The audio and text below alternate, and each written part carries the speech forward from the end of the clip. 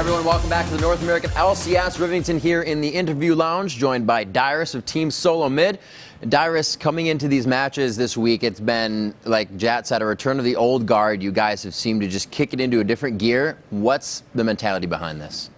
Right now, for a mentality as a team is to be more team-oriented.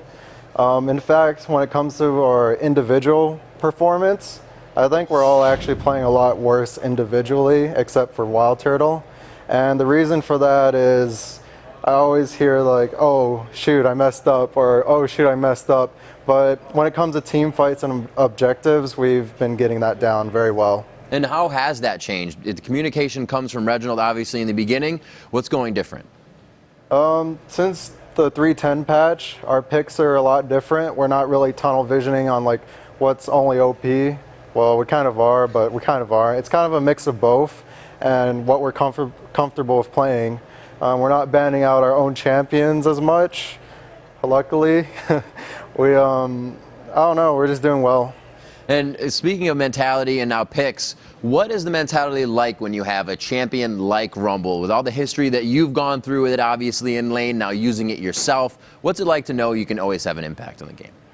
For Rumble, I'm always looking for the team fights, but my biggest weakness on Rumble, with probably 90% to 100% of the games, is I always miss creeps. Like, I literally missed like 20 last hits this game, and that's just unacceptable in my mind, so I usually go on tilt. But since we're tilting over to being a team-oriented team and just communicating and, you know, not playing for greed, not playing like solo queue, not playing as individuals, but playing as a team, it's been a lot better on my mind, where I can rest at ease, where, you know, even if I do like I have a little shaky lane phase and I make like a little bit less of a smart decision, that I can always rely on my team to, you know, play team fights properly, pressure objectives, and let's say 4 of us are top and I'm bottom, I'm like, don't fight, I'm not there. We actually back off a little bit now instead of, you know, just going all in for it. So we're actually listening to each other a lot in terms of communication. Well, from the 18-minute Rumble alt engagement at Dragon that you guys really turned that tide of the game with, and the Shen ultimates more spot on than, you know, you have previously wanted in the past, really bringing it all out. Like you said, sometimes everybody's faltering, but everyone comes together in the end. And Konda, we talked about this earlier, that you guys have been on a tear. What else is in the back of your mind that is causing this gameplay to come out from TSM? One of the biggest reasons is we don't want to get relegated. The first thing that came through our mind, you know, when we lost Law and we ended up in 3rd place. I didn't even realize we were 3rd place until later on, but Reggie was going on and on about, we can't get relegated, guys. We have to win. We have to go 5-0 this week. We can't lose. Losing is not an option, or we'll all be poor and broke. And, you know, that mentality has been driven into me, and what that brings up is there's a lot of stress when it comes during scrims, where there's been a lot of times where we scrim and something goes wrong and I go on tilt, and usually we bring up everything now. We don't really, you know, let things go by. When we have a mistake, we don't, you know, move on and be like, whatever, just don't do it again. We actually address the issue, like I've said before in past interviews. We're addressing it and we're just getting better. And coming up, a few more questions for you. Within the rest of your games, who are you looking at to give you the most trouble? Who are we playing again? You guys have quite a few games. Off the bat, I don't know. Just in general, you guys have come up to have already 2 games that were Coast and Velocity.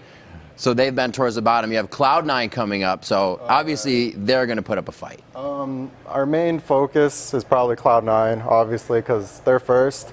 After watching their game, it seems that the 310 patch has hurt them a lot. But we should always play at our best, and we'll see how it goes. And obviously, Super Week, very long. Final question for you. I kind of asked Smithy this as well. With all of these matches, with having to show your card, your hand, how do you stay unpredictable in a Super Week? Well, the biggest reason for being unpredictable, and that applies to all teams, is because before Super Week we had a lot of time to practice. Every single team has had at least a week and a half or, a lot of time to practice for Super Week. So you don't really know what anyone's ever going to play, whether they're going to stick to what they're doing as always.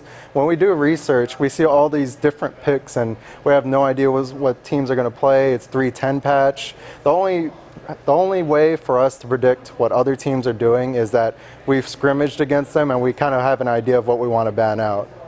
So as it goes, the environment you guys are forced to play in manifests the situation day in and day out. Yes, and the way we prepared for that is in all of our scrims, we just try to learn to play against everything, because when the time comes, we're not going to be able to have enough bans, and we're just going to focus on what's strong for our team comp and what's good against theirs, and we're just going to target ban people. All right, Dyrus, thank you very much for the interview. Congrats on the wins. Best of luck in the next Cloud9 matchup.